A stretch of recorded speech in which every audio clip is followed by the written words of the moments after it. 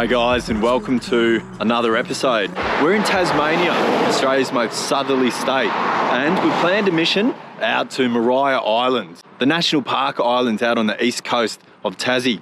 Our trip has got off to a bumpy start. For the last 15 years I've only had motorcycles, but last week I decided to invest in a little adventure machine to make it easier for scuba diving, for camping, particularly with the two of us. However, on its first big run up the hill, we've had some black smoke puffing out of it and it's putted to an unceremonious halt. We're going to miss our scheduled ferry and we've rebooked for this afternoon. So this either might be the end of the video or maybe just the start of a fun adventure.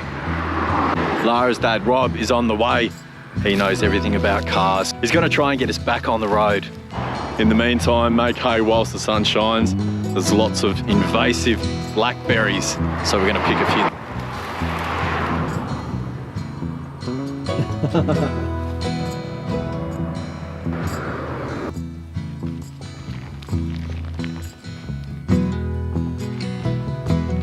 Our saviour has arrived. Yeah. See ya.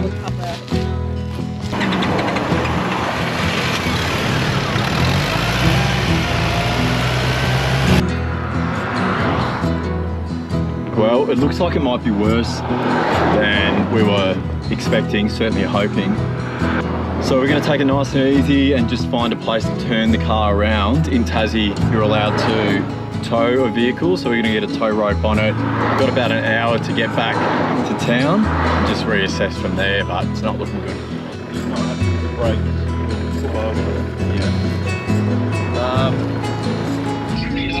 Yeah.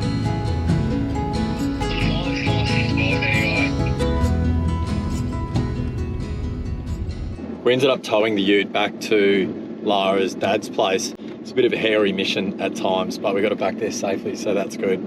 So we've changed over vehicles and we're going to be catching the last ferry of the day. So the mob out at Encounter Maria Island were able to swap our boat times. So that's really handy. What'd you see? It's a ladybug on the wind screen. That's good luck. Now that it's looking a little bit more optimistic that we'll actually make it to Maria Island, we're really excited. We have been there even together a couple of times before. But a plan on this trip is to walk a peak called Bishop Clerk. Amongst Tasmania's national parks, Maria Island is renowned for essentially serving the purpose of a Noah's Ark for the unique wildlife that we have. For example, the little marsupial, the carnivorous marsupial, the Tasmanian devil, has been introduced to the island as a bit of a safe haven. First mission with the ute and we're off to a slow start. High hopes. We'll bounce back.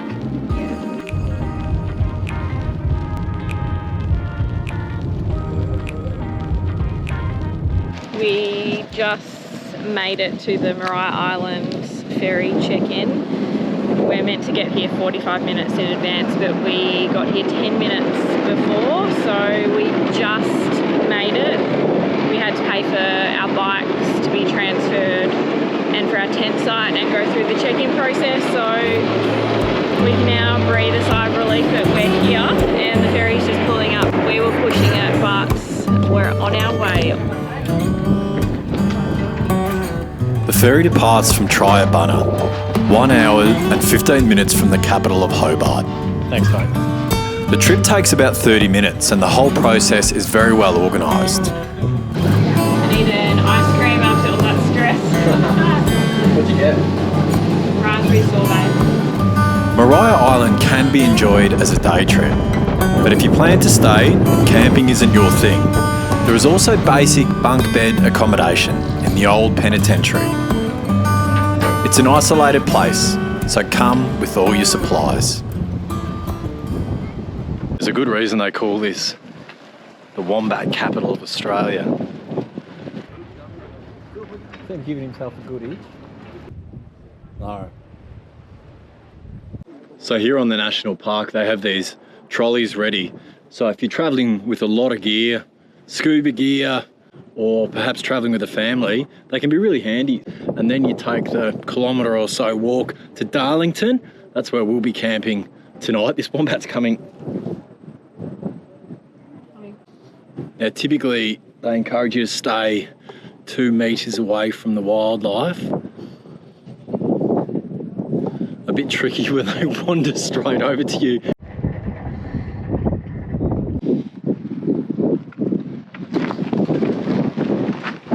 Some whale bones.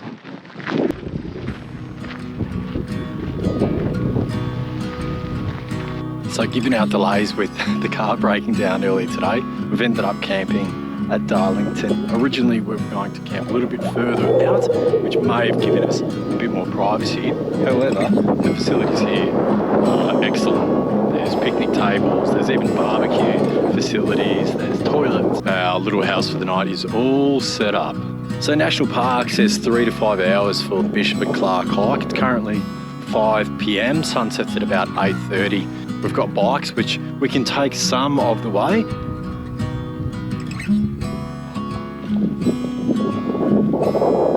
Ready?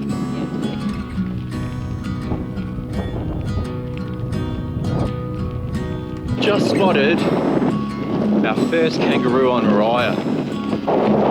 See the kangaroo? Yeah, cool. Anyone from Australia or anyone who's visited Australia would know that kangaroos can be a very common sighting.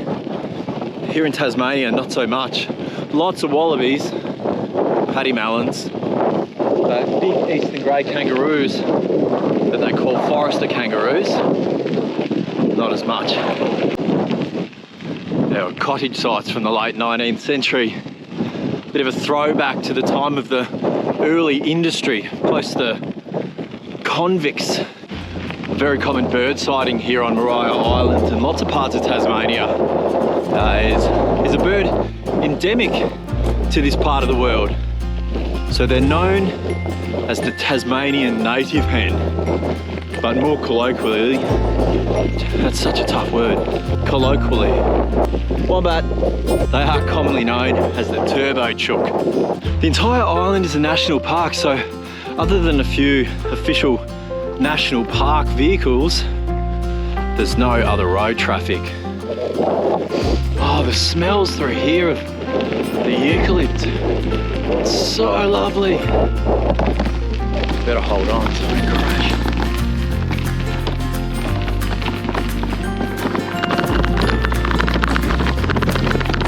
So when you book your ferry ticket with Encounter, you can add a bicycle, or otherwise you pay 15 Australian dollars to bring your own bike across. Terrible hill.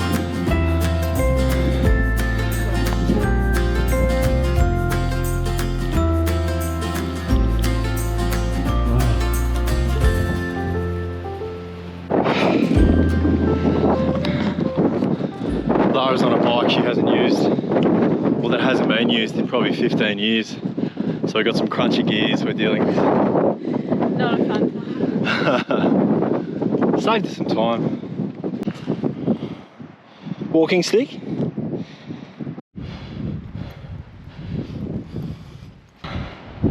Beautiful. It's quite nice that it's not gated all the way. It says it's precarious, sheer cliff drop-offs, and that's exactly what it is. But lining the edges all the way along here is wombat scat. And I just had to think it, like, how many wombats are you thinking that? It's awful to think, isn't it? But this is where the mind goes.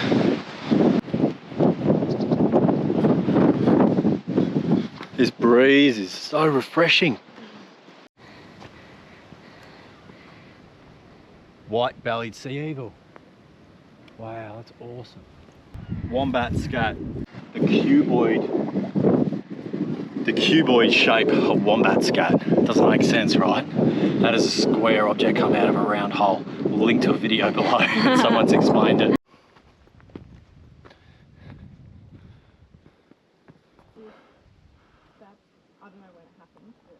So from Darlington, you can either walk or, as we did, cycle to the cliffs. Then there's some lovely coastal views with sheer drop-offs. But the elevation is starting to heat up a little bit. So peaceful. Other than us huffing. Oh, I know. I think this is my 5th time on Maria Islands. The first time doing the Bishop and Clerk hike. But I mention it because I have never seen any snakes on the islands. It's a great environment for snakes. Plenty of water courses, an abundance of small, oh, there's lizards right now. Small lizards, more skinks just here. But maybe this will be our lucky trip.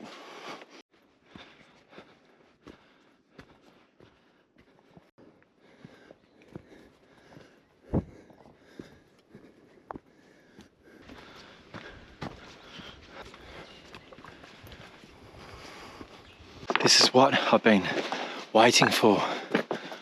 Awesome. So, just hit the rock, and now there's some orange arrows on some posts pointing straight up.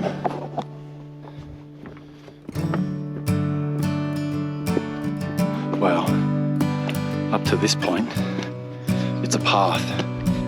There's rocks laid out.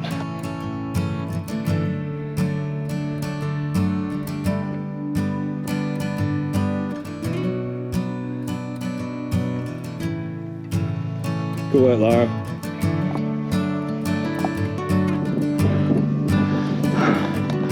It's getting windy, so we must be getting close to the summit.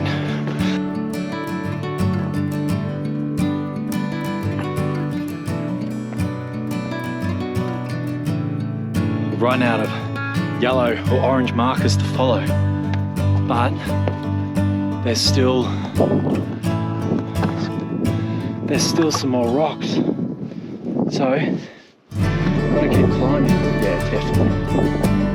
Yeah, I'm gonna keep going. How amazing is this? And what an afternoon. No one else here. Got it all to ourselves. Phenomenal. Lara's been sick all week, so she's really braving it.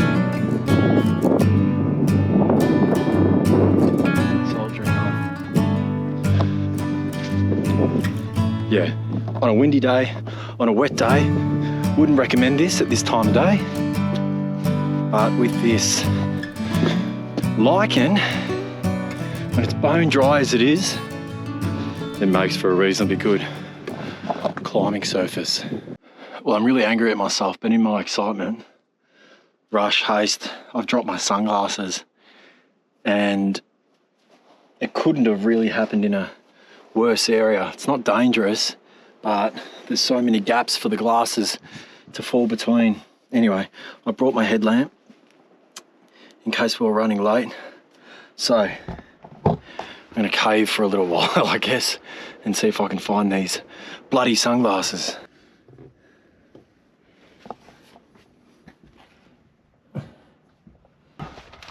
Where's my head? It was from there to there.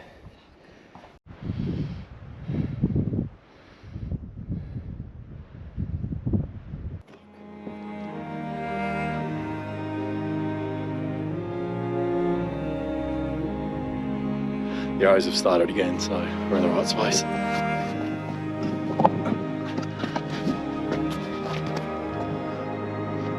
Very cool. This is probably it. Wow. Wow.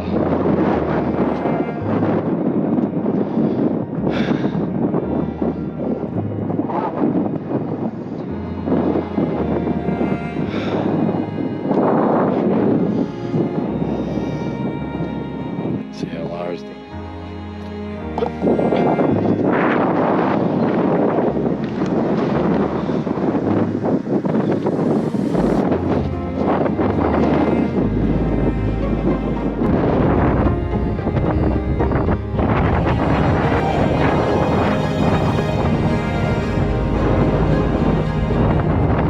Stuck at one point, so close, and it seems silly that we come all this way together and not share this viewpoint. So I'm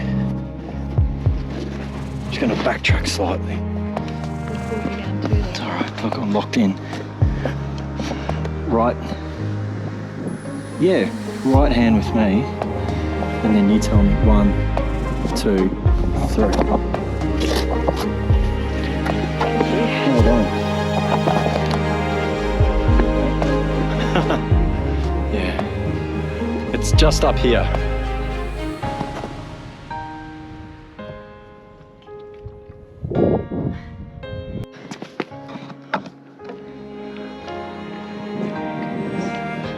Graceful entry.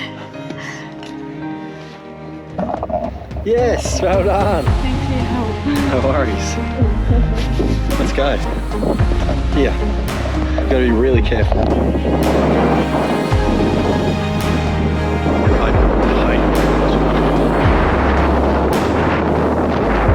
Yes, amazing. Well done.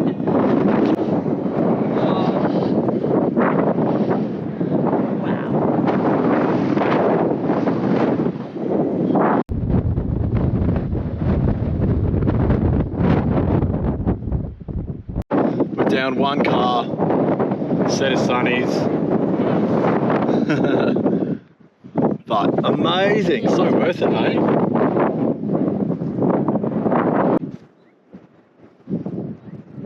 You can't see anything. I know. Need your long arm.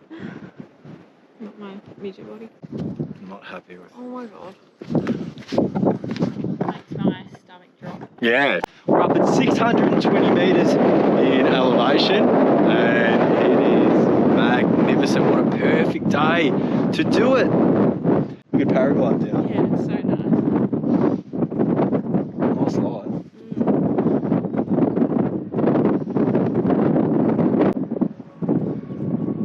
That looks amazing.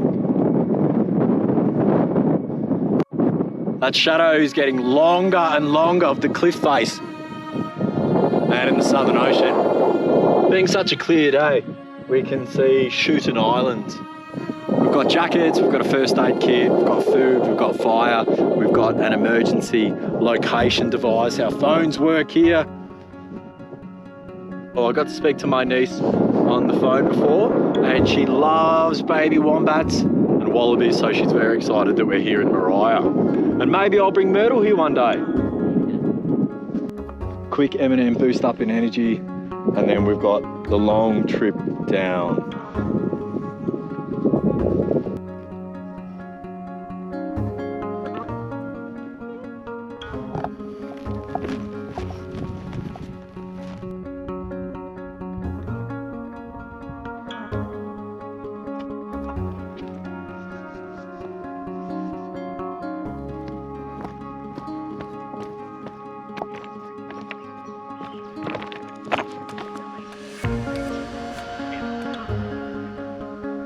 Super dark out. I'm sure I look pretty creepy with my torch on my face like this. We counted 12 wombats, so that was very special. So Lara's back at the campsite now, and we're just gonna have a light dinner. And I've just walked back with the trolley, so the arrivals tomorrow will be ready to go.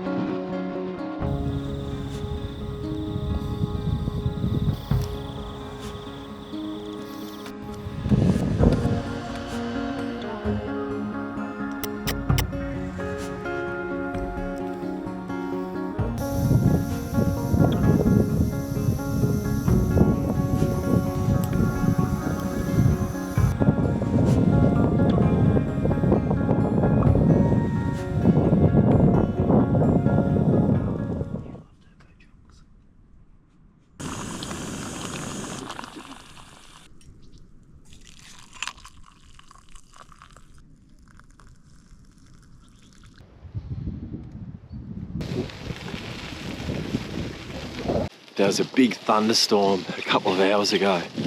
We managed to stay dry inside, but the sound of it, wow.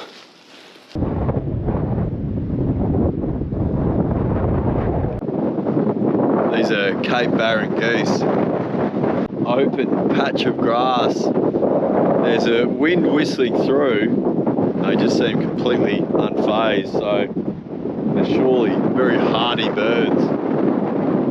Unfortunately, here on Maria Island, there's no introduced invasive foxes. The thing they do have to worry about, I'm sure when they're chicks or certainly injured or still eggs, is the Tassie devil. There's wildlife everywhere on Maria Island. You really can't turn without seeing some paddymallons or wombats. When I was younger, it was a real excitement. It was a real treasure to see a wombat. And often if you got close to them, they'd be off with a surprising turn of speed. They could really turn it on, these little kegs on legs. Boom, they're away. Without vehicles and obviously having a safe habitat in which to live and just being accustomed to people, they're not too fazed by us.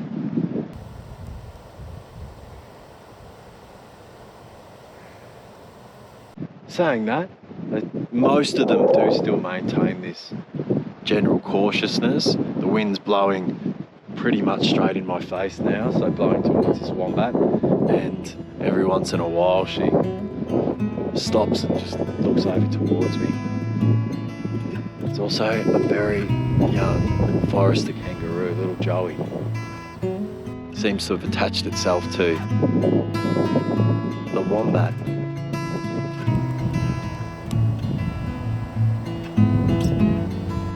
But don't get over stuff like this. How special is that? Two icons of Australian wildlife just hanging out together.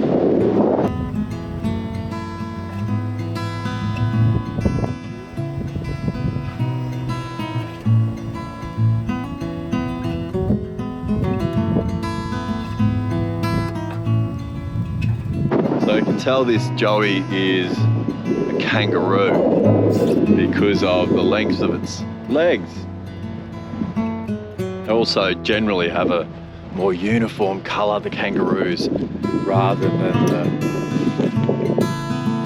the slight variations, bicolour, tricolour, of lots of the wallabies. I don't know if I'm overthinking this, but my instinct tells me that a Joey of that size should still be with mum. And generally, mum's really close by. Maybe the wombat is a trusted confidant and is giving mum some much needed rest. We can only hope. Jangueando en la casa aburrido con ganas de qué, averiguando qué hacer por la noche. Entonces entras en mi cuarto pa' ver. Levántate mi amor, hoy vamos a beber. Always worth stopping at these rivers and creeks. Good hunting ground for the snakes. Lots of frogs around.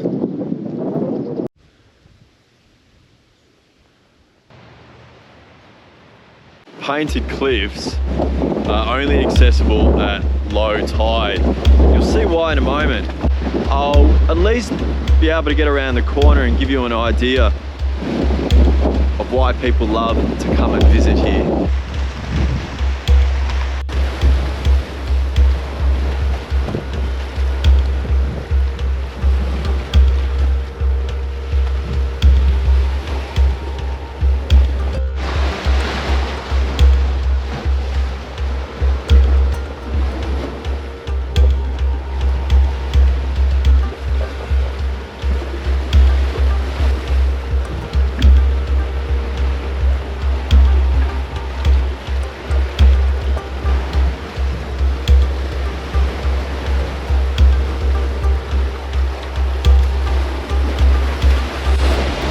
Rain's just starting, but I've got the perfect place to hide away. You can snorkel out here to appreciate the fish, but this is the highlight, the painted cliffs.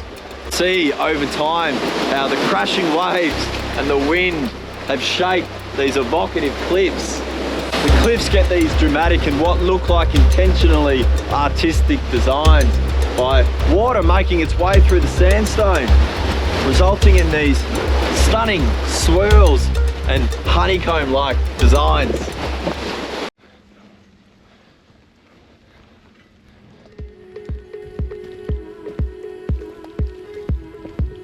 It's nice at the moment, but this track so far has been sandy and muddy. And because of all of the rain that we had last night, it's made for slightly slower going.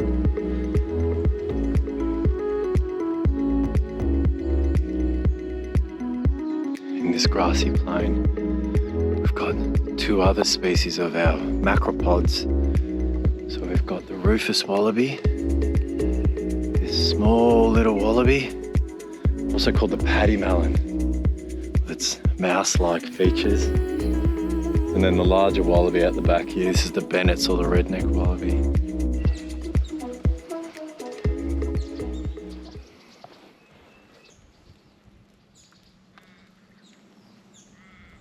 Before Maria Island was a national park and a haven for much of our wildlife, it went through lots of different transformations. But in terms of European exploration and settlement, originally this was a convict colony. It went through two manifestations as a convict colony during the 19th century. Winding up through the forest, you come into this grassy plain, and just to think of all the work that would have gone into clearing this area is quite extraordinary. But this house goes back almost 200 years, and it was built with convict labour. Maria Island holds a special interest for those interested in the convict history of Tasmania, what was then known as Van Diemen's Land. So it was Anthony Van Diemen of the Dutch East Indies who commissioned this exploration, and during the middle part of the 17th century, so we're going back to the 1640s. His wife was Maria, so hence the name Maria Island. The name Van Diemen's Land later changed to Tasmania to reflect the efforts of the expedition leader, Abel Tasman. Quick history lesson: Captain Cook sailed to what we now know as Australia in the year 1770, but there'd been previous expeditions by the Dutch in Western Australia, of course down here in Tasmania. In 1770, that Captain Cook sent the news back to the Admiralty, spoke about its virtues as a potential penal colony or settlement with the Industrial Revolution in full swing and the overpopulation of British cities. Then came the American War of Independence, and England no longer had a place to conveniently send its ne'er-do-wells, its dregs of society. So New South Wales, Tasmania, became the dumping ground of the empire. It used to be with some shame that you could claim convict heritage. It used to be known as the Stain.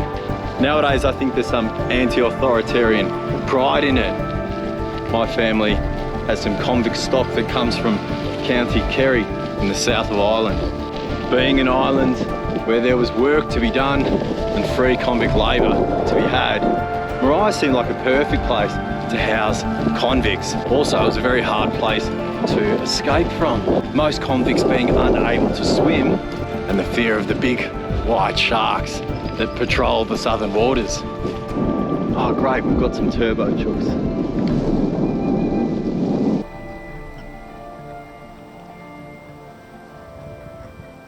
So Maria Island, Tasmania, Van Diemen's Land, Shooten Island, they all come from Dutch exploration, and there are many more. But if you want to learn a little bit more about the French influence in Tasmania in the early 19th century, check out my video that I did in the Freycinet Peninsula where I walked the Freycinet Loop. Showing off his turbo. So fully loaded pack horse here. I didn't have time to go back and get the trolley. I should have just really sticked them back there.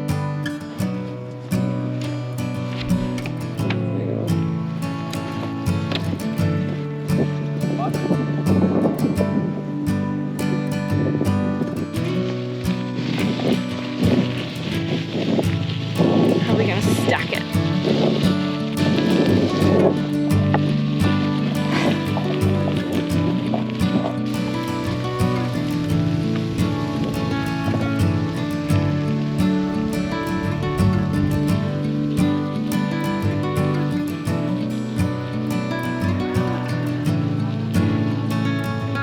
so much of the history of Tasmania on this one island. Indigenous history, the convicts, industry and settlement, and the tourism boom due to its rugged landscapes and wildlife.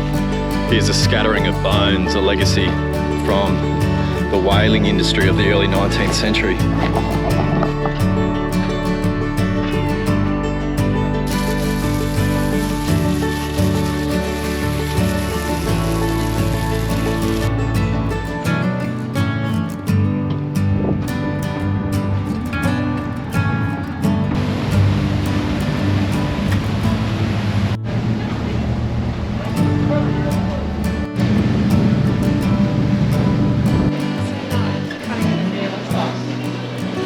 Isn't that good?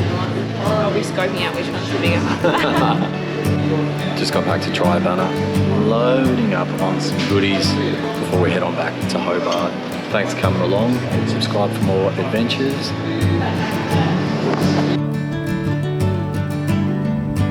Thanks so much for watching. To help the channel grow, I would love your subscription. Stay tuned for lots of international trips and adventures at home in Australia. We'll see you soon.